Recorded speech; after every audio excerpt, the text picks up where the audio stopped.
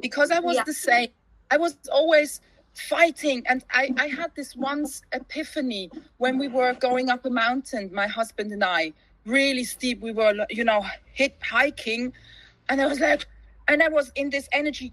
I have to do it, and this was and I realized that this is always the energy that pushes me forward. And then in that moment, I said, I want to change the energy, and I took the energy from this anger, which I have, and I still do, and I think it's a fantastic energy, into love and devotion and joy. And I think that is even more powerful. I can do this. And I do it for all the women in the world who can't do it. And I do it for everyone who wants to do something.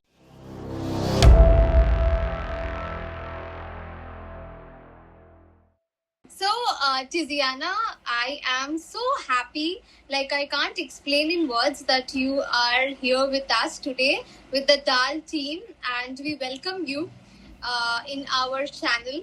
And we are very excited to have someone like you who's extremely talented, super hot, someone who can fight anything, someone who is so bold, someone who inspired us. And I think we met very briefly that day in Cannes, but I saw your energy is brilliant, and the kind of energy that you pass on to people is something that stays forever. So I really appreciate you, and I am so happy that you are in our channel today to support our film and talk a little bit about what you do, and from where you come, and how is it like to be an actress, a writer, a theater director. So many hats you're wearing, and also a wife. So many things you're doing. I'm already getting very excited. So I think let's start the show. Okay. Thank you so much, Resha, because I just can give the same back to you. I was so impressed by what you set up, and I was so impressed by your movie, and I was so impressed and by your energy, and I loved the energy. And we met, and it was like, bam, it was like we have known each other for ages, and I like that. I think when energies come together, similar energies, you said that before, we are living in different places of the world which are working so differently, but in the end, and we will talk about that in our talk today, in the end it's about the same thing. So thank you for having me. I'm so excited. Thank you for coming, and thank you for making time. So let's start by you. Yes. So you tell me, what is this thing that got you, and you wanted to pursue this? You wanted to be a theater director.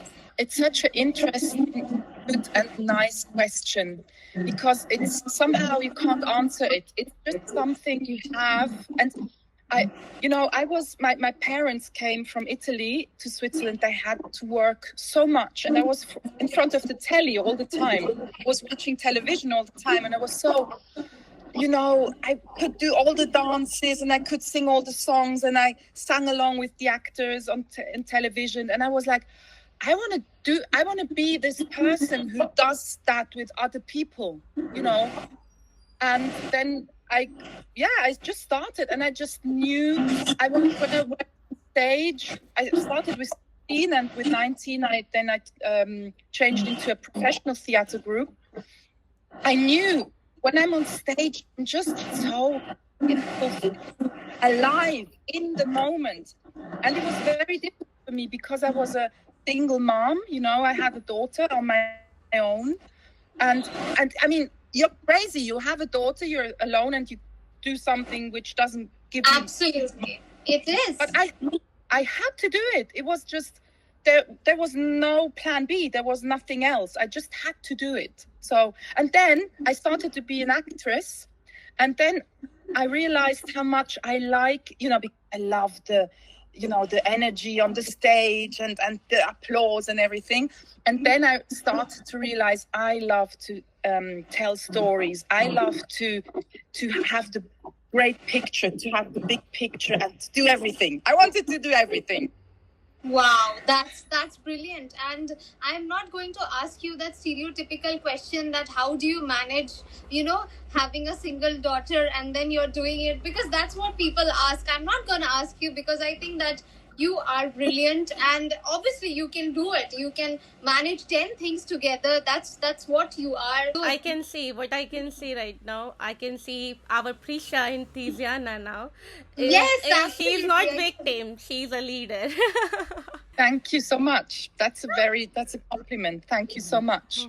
And I like, I always thought as well it's a fight, but I think we can change that energy from the fight mode into the, where does the love go? Because it's another energy and it has more power. It has more energy. It's more powerful. Because I was the same. I was always fighting, and I had this once epiphany when we were going up a mountain, my husband and I, really steep. We were, hit hiking, and I was like, and I was in this energy, I have to do it, and this was and I realized that this is always the energy that pushes me forward. And then in that moment I said, I want to change the energy. And I took the energy from this anger, which I have, and I still do, and I think it's a fantastic energy, into love and devotion and joy. And I think that is even more powerful. I can do this. And I do it for all the women in the world who can't do it. And I do it for everyone who wants to do something. And I just sent out this energy while hiking, and I realized I can do it out of love. And it's not a fight, actually. It's just devotion and going through shit and accepting everything that comes around. Yeah, so, I think acceptance is very important. And like you said, that love, I think nothing is more powerful than love in this world. That is very true. Yeah. You did this amazing movie without fights, without any... How do you do that? How do you cope with that? Cope with the depression or the movie? No, the movie without funding. No, we don't want to talk about depressions, do we? Okay. So depression is a different chapter to talk about. Depression is a different chapter. To be honest, I think Ankita would be the perfect person to answer this question because she is Ankita. Why don't you answer this? I think this is a brilliant question Tiziana is asking right now. So is it about how we have manage this funding and everything, Tiziana, you're asking? No, it's not about how you manage the funding. It's more about how do you do that? Where do you get the energy from? And where do you get the will from to do it? I'm having energy drink right now, which I do always. Okay. So Tiziana, I think, Ankita, I think you should. No. It's just to be honest, as you mentioned before, it's a love. And once you have a ability, if you want to start something, like if you have started something, you feel like you want to complete it and you're never gonna quit whatever comes in your way. Like that kind of nature only come when you love and when you want something badly. And I think for me, if I have to go next door shop, if I feel like that is not very important part of me, it doesn't make my as an identity, I won't give too much attention to that. But the film funding, in general film, I would say, if you have a love, if you have discovered that kind of love, I feel, then you will do whatever it will come in a way. Yeah. If the filmmaker not scared of any of the thing, that filmmaker no one can stop that filmmaker, I'm telling you, to complete something. Maybe for people, like us who do art and who maybe struggle or ask themselves, how can I do it? What would you say? What is there a little bit piece of advice you would give to the listeners?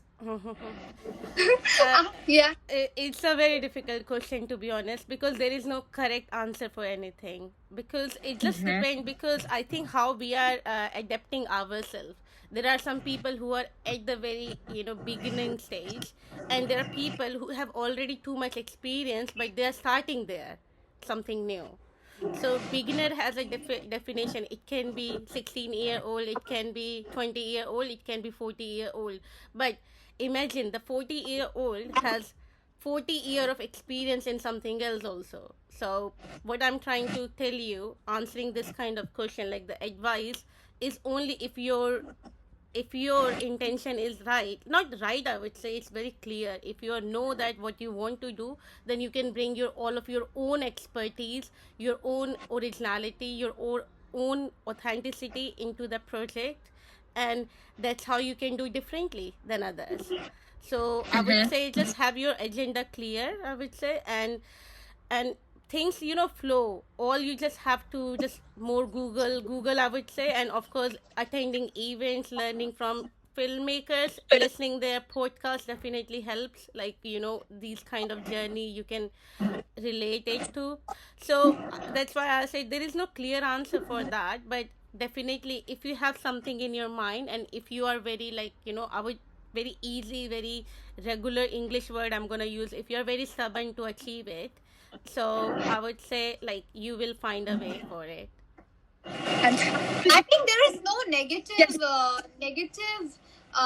negativity in art, because Yeah. people who are negative, Hmm. they can never be an artist, Yeah. because obviously art will prove you right, left, and from all the sides. Art is going to ask you for a lot of proof, but in your life, throughout the life, by putting you in situations where you can never imagine you will be. But that's what artists are for. That's why we are so different. That's why we are so connected with the roots and with the universe. So I think it carries on.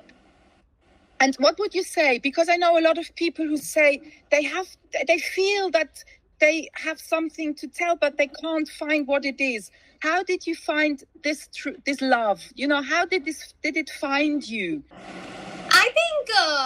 I think it depends on person to person. Because for me, I found it one fine day when I was in class 8, and I went on a trekking with my mom. And it was very sudden, because I had no idea that I am going to trek to one of the highest mountain peaks in our region, and it's gonna be so tough, because I was just a kid that time. I was in class 7 or class 8, and I had no idea what shoes to wear, what to do. And I said my mom in the first lap that, Mom, I don't think that I can do it. I think we should just go back home. My mom said, why did you come to this trek? That's my first question. Now you have to climb the mountain and reach the peak of it. So, do the summit. So that's how I think that came. And then, I finished the trek somehow, and it felt so good. And I got my thing. I was like, oh my God, this is what I want to be. The nature, and, that nature that kicked me. I think I am, like, I can never forget that. And that's why my production house name is Singalila, because that's where we went for the trek. That was the class 8 trek there. What a beautiful story. Thank you so much. So I'm from the background as an architect, Tiziana. So for me, I always wanted to be an architect when I was in 7th standard. And like, academic wise, I was very good, but I have been told 100 times to become a doctor and to become a engineer something. And coming from academic family, that was the first thing to do that. So of course there was a creativity. There is some unique part was always sitting with me all the time, which I never knew that. And somehow, I don't know, something happened few years ago that I came across some film set, and somehow I think my profession as an architect, I can adapt that into my own film set and all. The more I went into, I'm not gonna lie, the more I did film set, the more I've been exposed. And that's how I realized, oh, this is the love I was looking for, which I never knew that. And that time, you won't believe, I was going through some of the problem also. There are some panic attack and some issue happened with me. So I think the love of filmmaking became like a more antidote for me, and like I overcame my own issues, and somehow I discovered different love. And I'm not gonna lie, every single day being a producer, I'm loving it. It is challenging, it is very different, and very difficult all the time because we are independent filmmaker, because we are starting, so things always not coming in a table. But I think the kind of attitude I have got so far till now, after becoming an architect, after becoming a film producer, like I have a grit, I feel like. So the kind of confidence and kind of resilience nature I have, which really helped me to become a film producer, and which we are using. And I think number of challenges we have faced in the DAAL film. So number, Huge. I'm Yeah. 100% sure, because of course Azhar and Richa, they hold 20 years something like film industry experience. I don't have, but I think the experience I have received is a resilience nature which helped Dal film a lot. Because Absolutely. I was never ready to give up at all. Even if I have, like, there is any something very dangerous happening on the next moment, no one can stop us, I think. Because being coming not from 20-year experience, the only experience I have is the resilience, I would say. And like Yeah. to do, and the confidence, and I think to do something, we wanted to do something. And on top of that, I really wanted to do something for the community, for the, like, as a, like, the Dal film has our own touch, if you will see, like, as I believe the Richard told you about the like, little bit about the film. That's why I was very vouching for the film in the first place, because the story telling the story of a woman who is very, like, not a victim. So We we could support say you. it's just going out there and finding things that you love to do, and by doing these things, finding more love for. 100%. Like, that's my story turnout. My story turned out like that, because I think I have always a longing for the film. So, Tiziana, my first question to you is, so please tell me that how did you started your journey in the theater industry? It was actually, I just tried to find places where I could perform. I went everywhere where I could perform, and I did what I could do to perform. Actually, when I look back now, it's quite simple. But back in the day, it didn't feel like that. It felt like a struggle and like a fight. But now it seems very logical that I just went from one egg, and things come to you. Yeah. So, Tiziana, like when you said your parents or your loved ones for the first time that you want to be in theater, an actress or a director, so how was their reaction? And was it positive? How was it? Because this is a very different kind of occupation. So how was it like? So first it was very positive, because right after my degree, I said, I'm going to join this theater group. And they were like, yeah, great. And you can earn money. How fantastic is that? And then after a couple of years, my mom was like, and how long are you going to do this? And when are you going to start something, right? And don't you want to get married and have a child? And Yeah. This is what everybody asks, inspired of like whoever we are and where we are. I think this is what is the most common question that I want to ask one thing, Tiziana, first. Do you speak Italian, French, or German? What language do you speak? I speak Italian, German, French, English. But because in Basel people speak German. German. Yeah. This is my mother tongue is Italian, and here we speak German. Okay. Just because it's good to know the context, as like theater, like what language they are using in a theater also matter. German, yes. Because you changing as per your mother tongue was Italian, and then you have changed to the German, because I definitely know Italian and German are totally extreme different. Totally different. No. Always, I was quite raised in both languages, but as I went to school here, it was clear that we speak German. So it wasn't a big question, really. It was just we speak German. Okay. Yeah, that's why good to know that, because going theater, because in theater when you're an actor, you need to be yourself more, when you like the most comfortable language you are into. So that's why I was just picking and just cut you guys into your conversation asking about the language.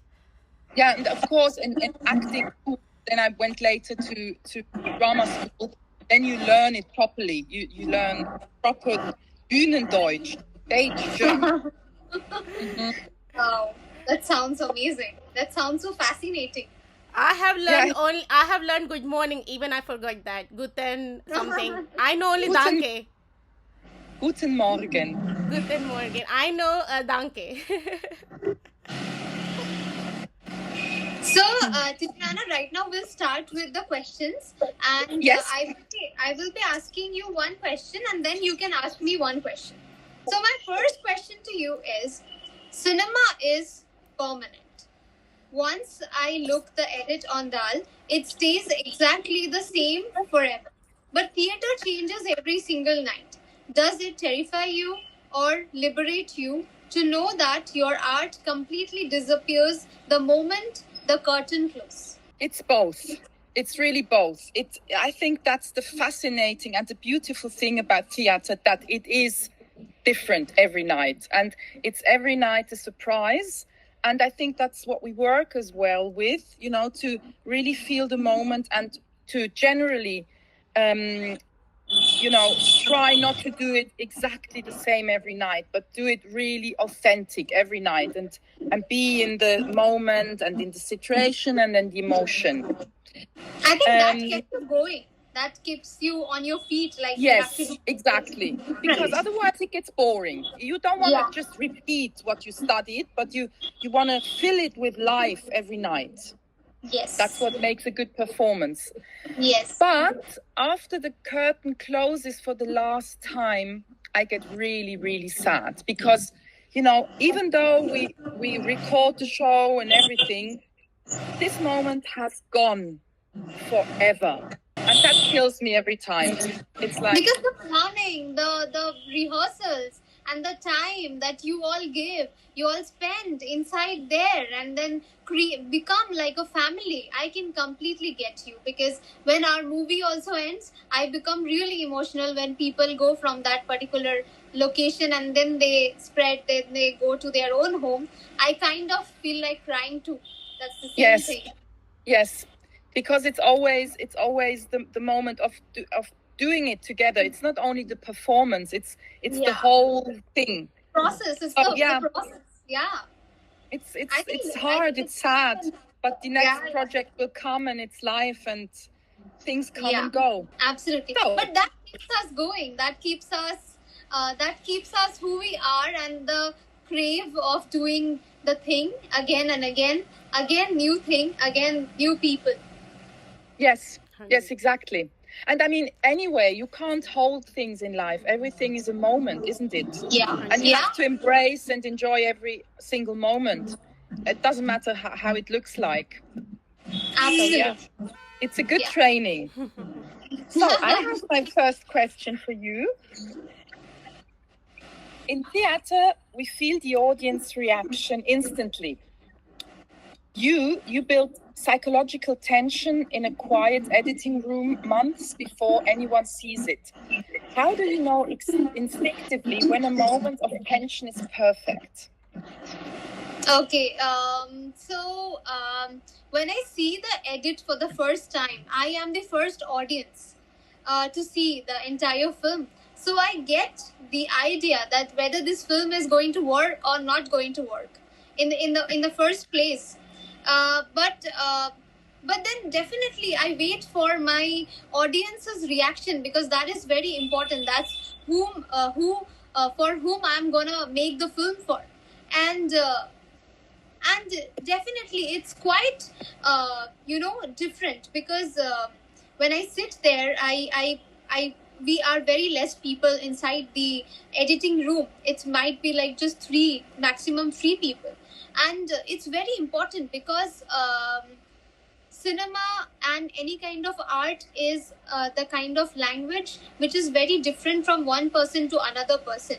And and it's very important for us, for the filmmakers or any artist, to only give entry to those people who really can relate to your project. And if it's not, then the person might give you a very wrong idea, and your entire project can ruin, maybe one Yes. comment can stay inside your head, and then it can make you rethink again and again, or probably you want to chop off the scene, or probably that scene could have worked really good in the screen. Yeah. Who knew? People would have clapped it. So I think both sides, because once I am there, I'm very confident about what I wrote and what I'm going to execute, and then the audience, and then I wait for the audience reaction. And yeah.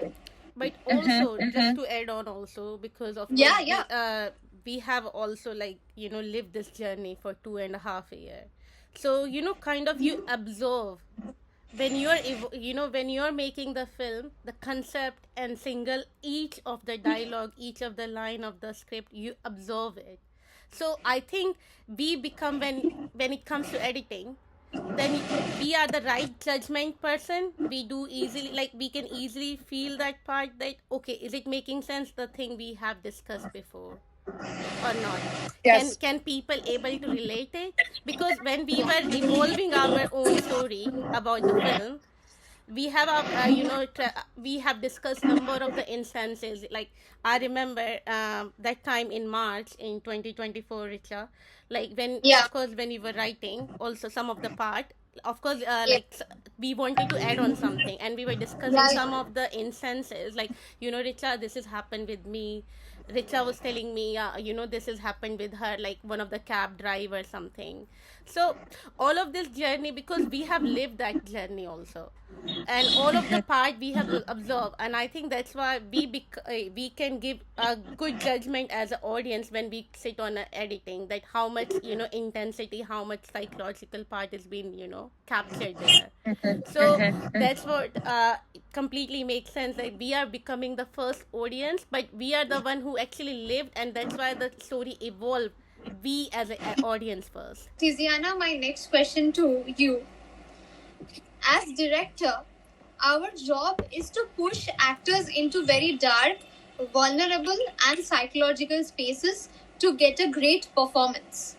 How do you protect your actors' mental well-being and your own when dealing with heavy, intense narrative on stage? I think when you have, you always have like a subject or theme around the work you're working, or the play or the film or whatever. And I think the whole crew, the whole group dives into that. And I think we have each other to support us. And as well, I've been to very, very dark places, and I've come out of these places, and I'm not scared of them anymore.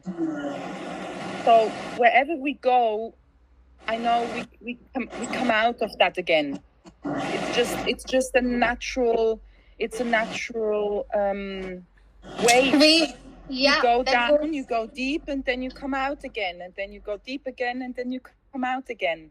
So I think generally we are like sane and healthy and whole, and I would even go so far to say I think it's important to be sometimes, all over the place and going, oh my God, and what's happening, because things are stuck in our bodies. All the trauma we've had are stuck in our bodies. And when we move that energy, then it will come out and it will hit you again. But then you have the possibility to let things go. And I think this is very important, because there is no such a thing as a dark place where you can't go. I think that's an illusion, because especially as an actor, you need to be able to go to those dark places and to be able to deal with these emotions, because that's what we do on stage. That's our job somehow. That's what we do. We deal with emotions, because people wanna live their own tragedy without really living it. That's why they come to see movies and theater. They want to go through this, but with the distance. And that's what we're there for. And that's why I love this job so much. And that's why I feel alive doing it. Because we live all these emotions, we go through all of them. And we always say that an actor is the master of their emotions. That's what we do. So my next question for you, Richa, is we have this, it's a discussion all over the place. It's about between acting in film and acting in theater, and that it's two completely different things. That's just a discussion. We're not talking about that discussion here. But my actors, if they're performing, they have to perform for the very last row in a huge theater. Yeah, right? auditorium. And that means they have to perform visible. It has to be big. You can't go like there's a teardrop. You can't see it in the last row. You can't. So how do you do that when in camera, when in cinema, when your camera captures this tiny twitch of an eye or this subtle drop of a tear? How do you guide an actor to deliver a powerful performance when the camera is just inches away from their faces? How do you do that? So, for a movie like DAAL, we have a lot of really close-up shots where the shots are some very personal and intimate kind of shots. So the difference is basically scaling the energy down, because normally in theater, people energy is huge because there isn't a lot of lenses to capture the particular emotion for the audiences who are in the first row compared to audience who are in the last row. Because when the first row and the last row, everybody should feel the same emotion what is happening in the stage. So that is where the energy shifts, the energy divides. And in movies, I have the liberty, I have all the kind of lenses, the cameras, which I can pick, and I can tell my audiences to stop performing. I normally tell them to just not perform and just be alive in the screen, and that's it, just to live. And even if a single movement of the muscle or because camera is like a microscope and it can capture tiny details. So I think not performing is basically very idle in cinema compared to theaters. And is it difficult, because to have a big expression, I say it's easy because you are in your body and you move and you go bah, bah, bah. And you can create the energy and the emotion. Is it difficult then for you and your actors or to guide your actors to have the emotion, but when it's like closing down? So how do you do that? What I do is that I start narrating them the story. Suppose the story is of the pages of 4 lines. It's a 4-line script, but I tell them a story which is like 15 pages. That goes inside their head. So I tell them the story which can be before, can be after, can assume, can do this, so that they are completely consumed in that particular character, what can happen to them. Suppose like I'm directing a scene where my actor is just need to come and sit here and drink a cup of tea maybe. So I have to tell her that you woke up early morning, you are half asleep, so you are behaving like that. So everything I guide them, and that's how they kind of keep everything in their head, and then not react completely, but just to be there in the camera. Be there, And that's how the camera, or I think Ankita is raising hand. Yeah, no, because that's a more directed type of question where I don't want to interfere. That's why, I want to do very proper way, raising my hand or something.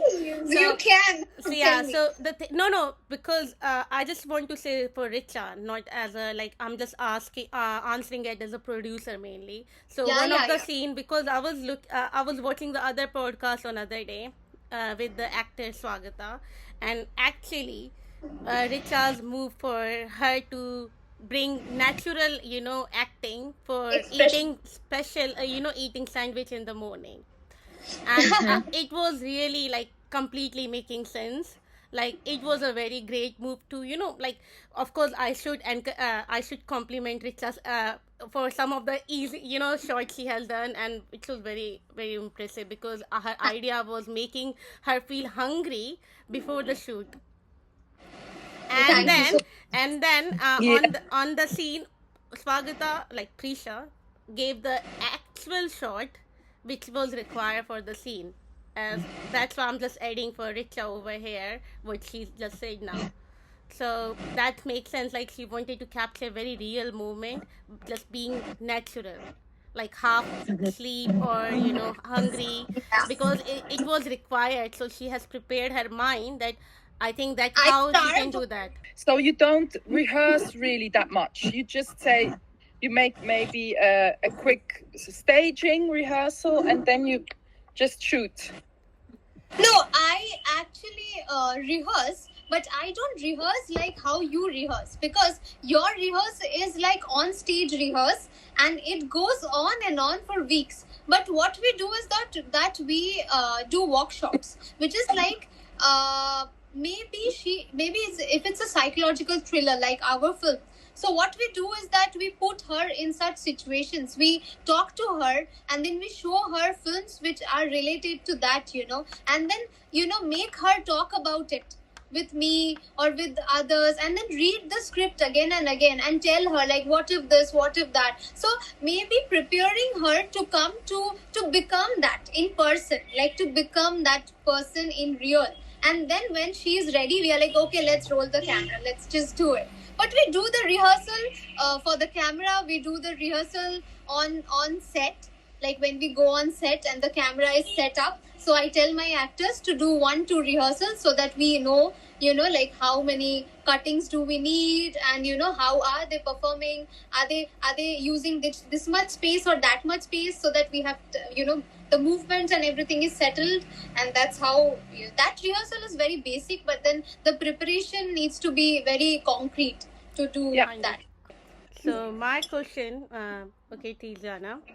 So European theater has incredible state funding, while independent filmmaker in India rely on pure grit. Do you think absolute creative freedom thrives better with financial security, or when you are backed into a corner and forced to innovate? In the meantime, I can just add one or two things. Of course, I'm working between India and UK, and me as a core UK production, and of course, me easily can see the difference between India side and UK side, because I just want to say one more thing into, because of course India has a population thing, so there is supply there, but demand is a lot.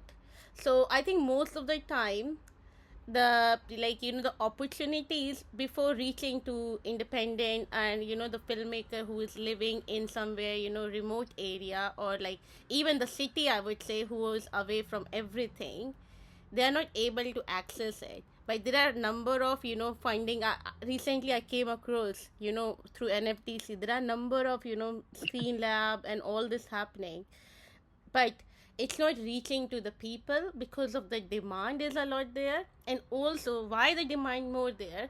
Because in India the biggest culture is Bollywood, and most people doing everything as a private investment and everything, and most of the resources even going Also, into Ankita, don't forget this, that in India, people only give funds to those that's who why are absolutely no one are doing lobby. 100%. That's why I'm saying Bollywood culture. So it brought them onto that space. Yeah, I can Then hear you. okay. Amazing. Now I can Amazing. hear you. Amazing. No, I was just adding in your What's absence, What's Tiziana. Yeah, no, on your absence, we were just discussing about UK and India production problem. So we thought let's just capture it in your absence, like when you struggle with. Yeah. But did I get that right? That you were in some Bollywood productions, Richa? Richa Yeah, was yeah. Right. Richa I was was it. for a Richa very and long Azhar time. both. Richa and Azhar both. Yeah. Mm-hmm. I have been involved in like one of the biggest productions in India, and whatever, like, I mean, Dharma production, Red Chilies, these are the biggest production in India, like Universal, that kind of big. Yes. Production. And you were there as an actress? No, I was there as an assistant director, assistant cinematographer. Okay. Like Tiziana, when you make a piece and you go to the stage, are you making the piece for the audience? No, right? You're just doing it because of the love of it, because you want to make that piece. That's why. Yes, No exactly. guarantee. Yeah. No, you have no guarantee. No. But somehow I want to do it for the audience because I want to reach people. But I do it out of my love, of course. 100%. Of course. Yeah. So yeah, back to the just original question, Tiziana. I think you want Yes. to answer that one, yeah. Yes, Anshika, exactly. I think you should just repeat the question one more so that we can clearly get the question. Okay. So, Tiziana, European theatre has incredible state funding, while independent filmmakers in India rely on pure grit. Do you think absolute creative freedom thrives better with financial security, or when you are backed into a corner and forced to innovate? It's a bit hard for me to answer that because in Switzerland you're always somehow held through the system. You know, somehow you will never. Well, some people do, but if you know a bit how to do it, you will never be in the street starving. You know, so I can't really tell. I feel better. I can produce better if I have the funding. Then I can get creative. I can relax myself. If I don't get the funding, I do it nevertheless, of course. I do it always, but I can't really tell. It's hard for me to tell. I think both is right. I think I can understand. What would you say? What would you guys say? No, Tiziana, I understand. absolutely. Yeah, we Very understand. true. Of course. If the state is funding, then why people are lying on the street? Why people are still fighting? There must be something. Yeah. I'm sure. Also, I think because little bit I'm aware of Switzerland, Germany culture also. So I know where Tiziana coming from, and like the kind of government is all about, supporting art over anything. And I think I like that kind of essence always.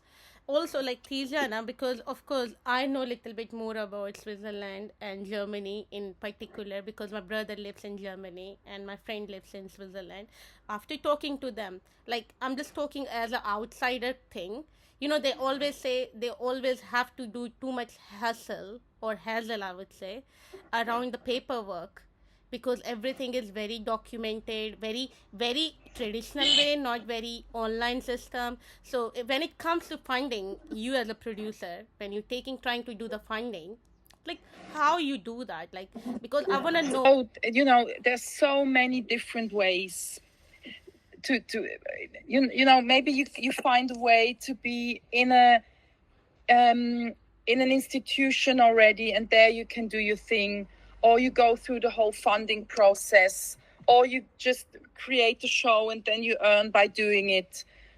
I can't tell. It's different. No, it's look, I what's the question from me, like you started, like, in UK there is a platform also called Substack, like, where people just pitch their idea, where they don't have a script in a place, they just upstream, we say there.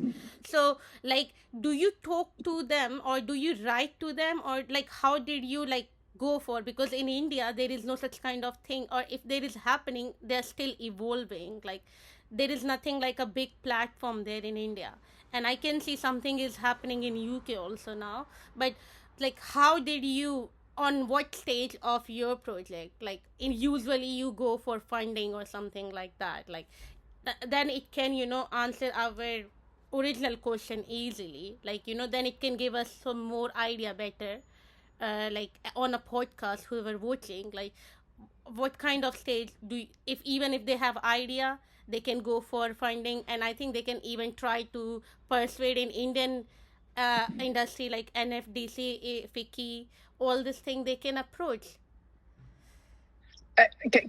What now? What is now exactly your question? There So are a like lot of questions. I so don't know yeah, which no, one you the want me to original answer. question, like original question was a bit complicated, I understood that, but so I'm trying to like divide question. So like right now you're producing and directing a film, isn't it?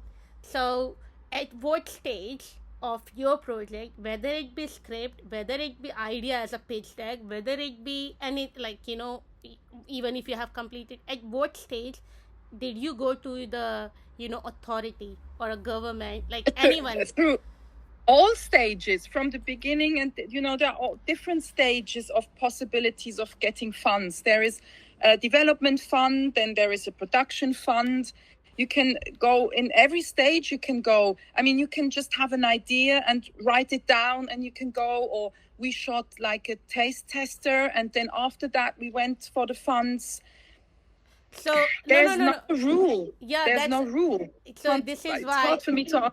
No, this is why now you have answered actually in the way we wanted, because in India, I think we don't have that. Like in India, there is no such kind of big platform like where you go for development writing, or this is the thing. I now, Richard, you're on mute. Richard, you're on mute. So people are basically gatekeeping it in India. That is, I think, Yeah. that is the difference, because there I think it's much more easy. If you try, you can get it. But here, if you try, I don't think it's too much gatekeeping happening. So yeah. That's why now it's added. Now my question is answered in that way. Okay. I got it. I try to make it so simpler, Tiziana. What's the question? Okay. And now Tiziana will say what the question was, Ankita. What the question was. So what I'm hearing, Richa, we are hearing here, like the stages there, where they give opportunity all of the independent filmmaker or any filmmaker, whoever it on any stage, whether even if they have an idea, they can directly go, which we are not I think things are happening in India. I'm not gonna deny, we shouldn't deny Definitely that. things happening. But right now it's not completely knowledgeable to people in 1.4 billion population, and I hope so 10% want to become a filmmaker. So it's not readily available, or not readily, not being I think 10% people who want to become, they are not aware of it. Inside that circle, I don't know, we from this industry, I only don't know, so I don't know who knows them. It's very different. So yeah, that's good to know that and actually that's why I really appreciate European system. Like that's how they're supporting artists, and number of art deco film, I would say that's why coming from Europe always. Yeah, and it goes to big festivals. All the big festivals winner also takes it away, right? So I think they deserve it, because their system is so perfect, better than us, for sure. Yeah. I mean, of course, you don't get then always the money, but you have. I'm going to get some internet hate after this from my region. They will comment that, oh, you don't know about this, you're stupid. You tell yourself that you are from film industry, for sure. And they're gonna tell me this girl just came now, started working in Indian industry, and now trying to make a judgment out of it.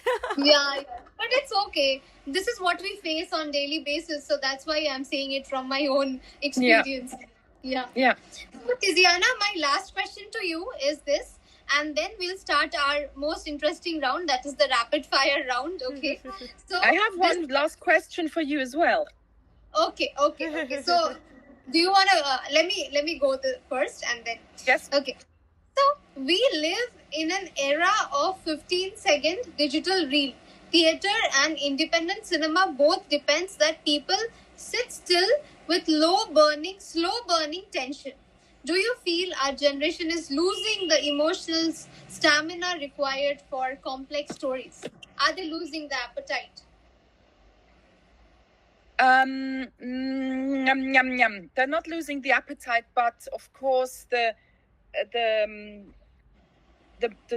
time frame of the audience being able to absorb gets shorter. and you have to be much quicker. You have to be with the timing and the yeah, and the rhythm. You have to be much quicker. But I think it can be very little fast paced to keep them intact. Yeah, or you know, you have to change. You have to like to get them. But then you can have long, big moments. If you get them, you can do pretty anything, I would say. And I think this is very commercial also, Richa, because as you know, we are doing already this kind of discussion around DAAL film as in sales and distribution. So what kind of thing we hearing? People just want to come into conclusion. They don't want to know the process. They are not interested to see the process, like how this conclusion came. Like, yeah. So that's why, you know, the art film, that's really like people just very fast now, fast paced. They just want to see. Yeah, they're fast. They're very fast. One of my friend earlier told me over the call that, Richa, like whenever I am opening Netflix and watching a film right now, I don't know what is happening. Automatically, I am checking my phone reels in between, and I stop, and then I finish that film in 3 days. I'm like, really? So that guy said that I'm not having the interest to watch the film like how I used to watch like when we were small or we were in college. Now they want some entertainment in between. Entertainment in between entertainment. So I don't know what is happening. Yeah. Okay, I have a last question for you as well. We are now talking a bit on about moral ambiguity. Yeah. Mainstream cinema loves clear heroes and villains, but DAAL embraces psychological grey areas. Are you ever worried the audience will reject the protagonist who isn't morally perfect? Okay, so this question is very interesting. Ankita, would you like to answer this first and then I can? To be honest, I would say I would love to see all of the female protagonists as a very, like, you know, violent person more.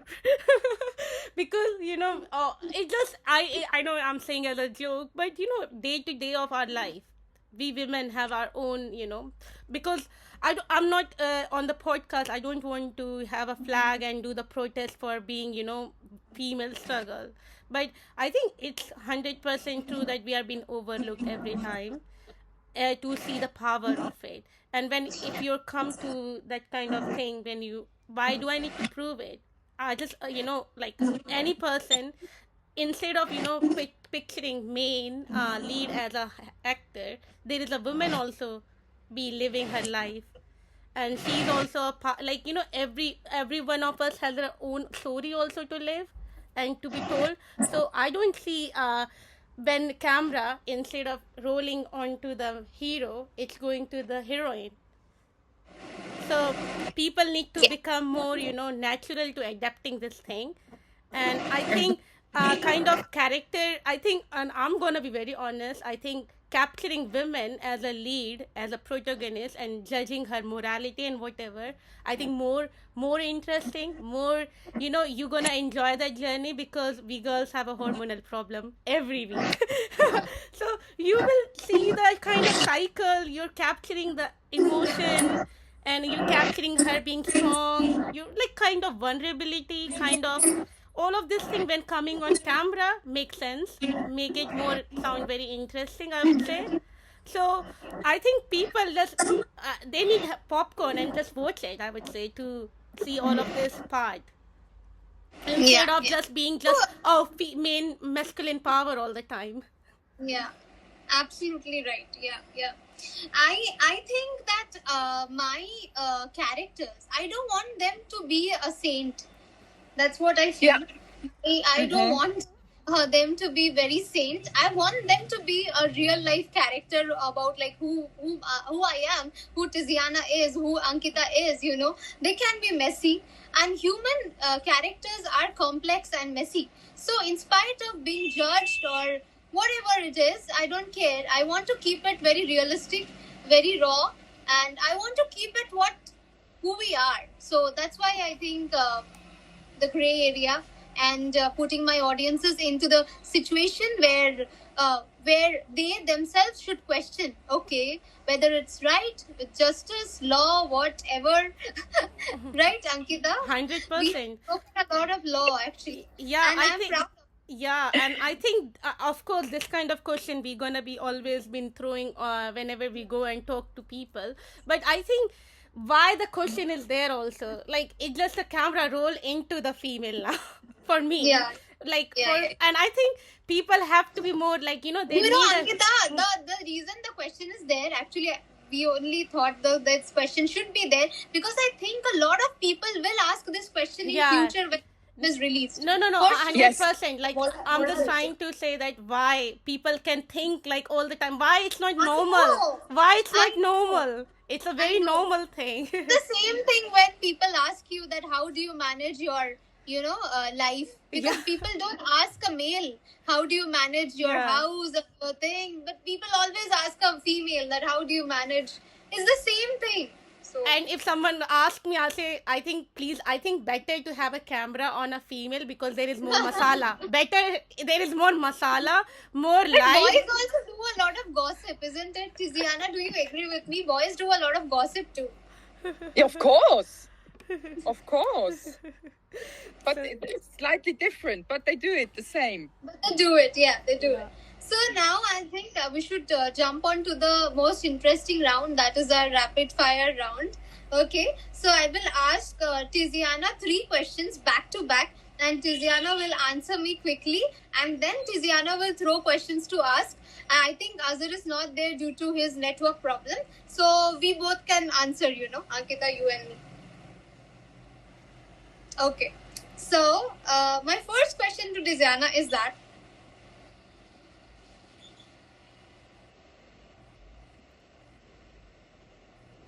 okay, a flawless opening night with a live, roaring standing ovation, or a beautiful short cinematic sequence that will last forever. Which one wins your vote? The standing ovation. I thought of it actually. I thought Yeah. of it.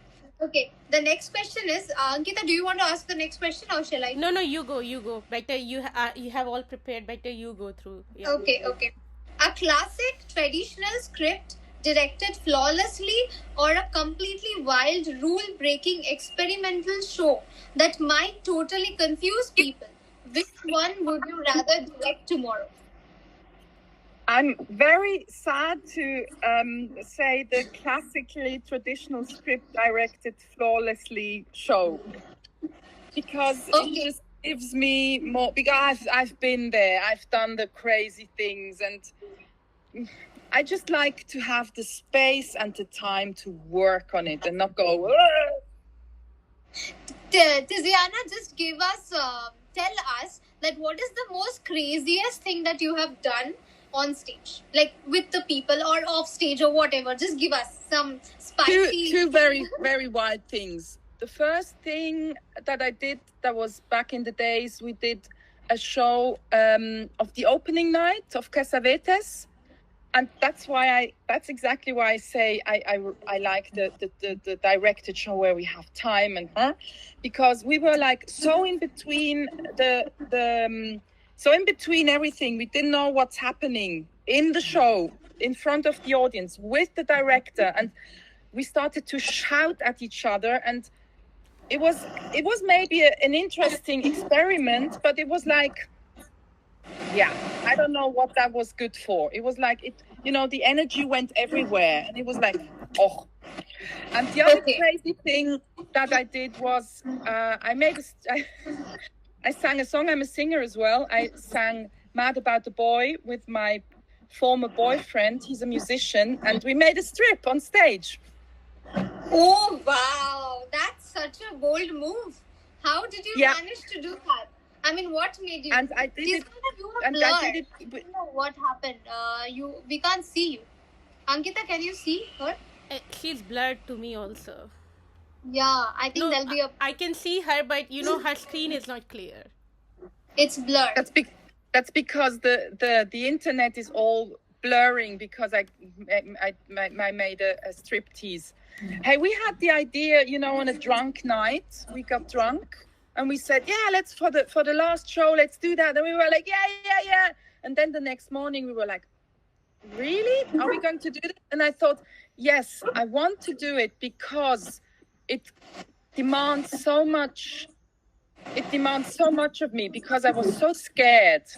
And that's why I did it. Not because I wanted to take off my clothes, but because I wanted to do something that really, really scares me. And how something, was the reaction? Hold on. And something I knew that people will judge me for it. And I thought, I just can't live in a world where I'm scared of people judging me. I can't live where I'm scared of doing something. Yeah. The reactions were great, actually. They were like, oh my God, you really did it. Oh my God.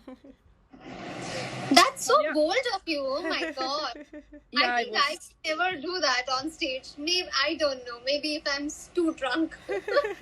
Yeah, it's as well, it's 20 years ago. So I think the times were different then as well. I think we have now another way of dealing with our bodies. But 20 years ago, it was different. It was a bit wilder.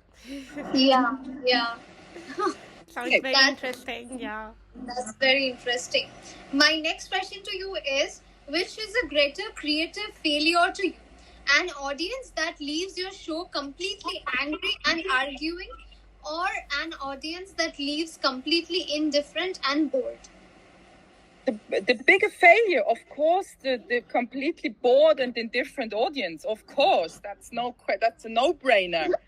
I mean, people that are like, that's way worse than people that get angry. I quite like it when they get angry somehow. Exactly, right? And that's then you touch something. Exactly. Which is so true. Yes. Okay, now my rapid fire questions come. I have 4 for you. Are you ready? We are ready. Yay, let's go. Okay. If an actor completely forgets their lines or cues on set or stage, do you secretly wish you could just vanish into thin air? Or do you love the chaotic energy of watching them try to improvise? I would kill the actor.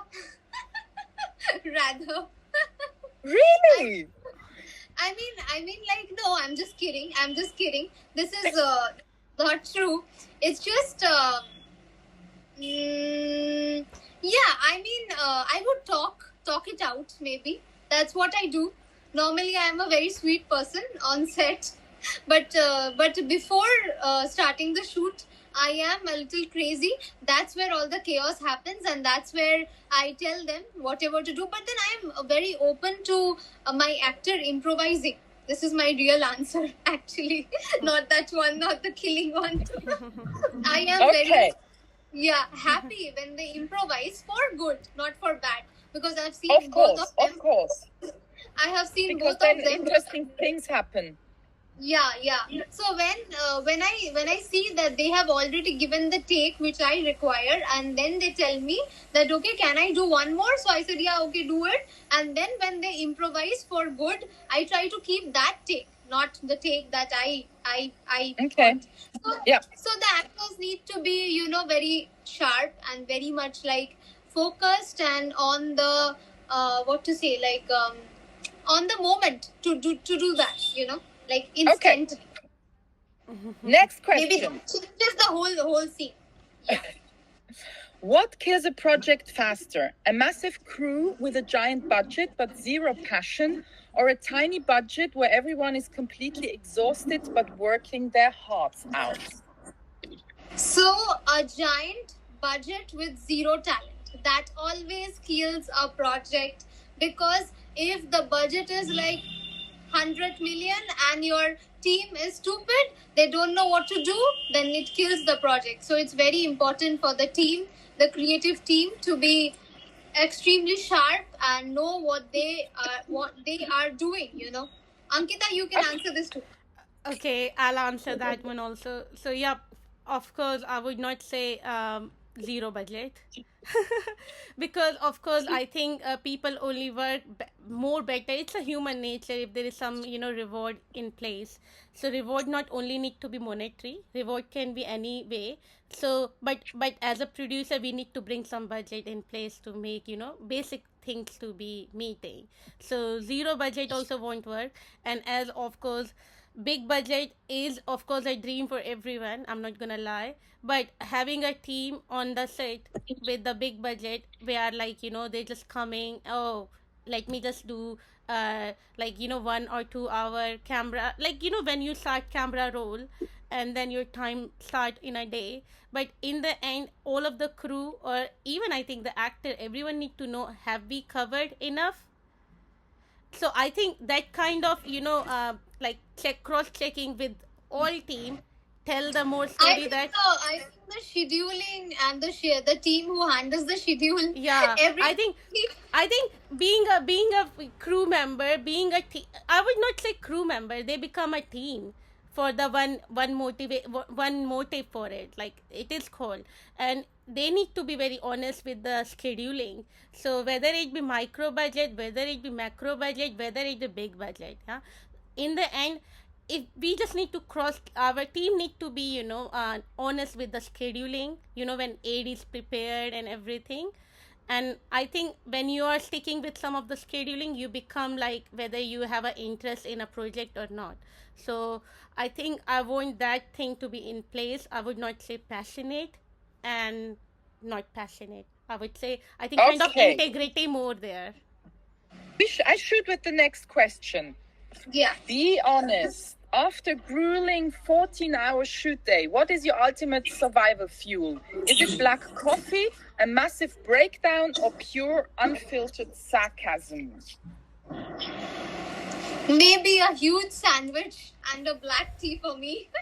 And with a lot of cheese. For me, it's tea. Always a tea, yeah. For me, even... For her, it's masala chai. Yeah, anything happen in the world, even, tomorrow, the world will flip, yeah. My first priority gonna be tea. So no breakdown. There are breakdown. I think we have a way of handling it. I am going to make her write the property papers by giving her a masala chai. Thank you. Next question. If you could steal one thing from my world, what would it be? The massive European theatre funding, or the thrill of getting a live, roaring standing ovation the second the curtains close? Honestly speaking, both. Because fans, why not? That's how we'll make our next films. And then the standing ovation, the roaring, nobody can deny that, because that is what we live for. So yay! A standing ovation, 100%. That's a very nice closure word. So yeah, with this, I think we are at the end, and the question answer rounds are over. Tiziana is still blur. I'm here. I can hear you. Yeah, you're blur, but you're still looking so beautiful. I don't know how you're... But also, just I wanna, Tiziana, we're gonna be hosting soon one, cup of tea or if you fancy coffee, cup of tea or coffee session. And I think there will be filmmaker from different region which we are trying to host it. Please, if you can join that one, that would be good to have your experience to be told to those filmmakers, as the guidance can help them, I think. I'd love to join. Thank you, Tiziana, for being so kind. So my last with or without mirror, without glass. You want what? I don't know what is happening. I really want to see your face now. So, Tiziana, please say something about our film so that people go and watch our film, because a lot of hard work we have put in it, and so many crew members are awaiting. So many people really want to hear, really want to know. Okay. And how do you felt when you saw a trailer for the first time in Cannes? Please just say something. I was just amazed about the thrill and how do you say that? And the change points and the boldness of it and the love which is in there and the professionality. The film is just amazing. You have to see it. You have to see it to know it. Okay. Thank you so much, Tiziana. For It's just joining. so many surprises in there. I love it. So, are you excited to watch About what? To watch the film, Yes, of course. Of course. so that we can Yes, release sure. in Switzerland too. We can release in Switzerland too. Maybe we can do a screening there. Maybe Locarno can happen. Who knows? That would be amazing. I'm going to Locarno this year. That would be amazing to have the film there. Yeah, I am hoping that we also reach there. Let's see. Let's try our best. And cheers for our film DAAL. Cheers for cheers. Whatever. Cheers to all the women artists. All the women artists, we grow, we love each other, and we support each other. Cheers. Cheers. Cheers. Thank you so much for having me. Thank you so much, Tiziana. Take care. Bye-bye. Tiziana, you're there? I promise you, I can read your mind.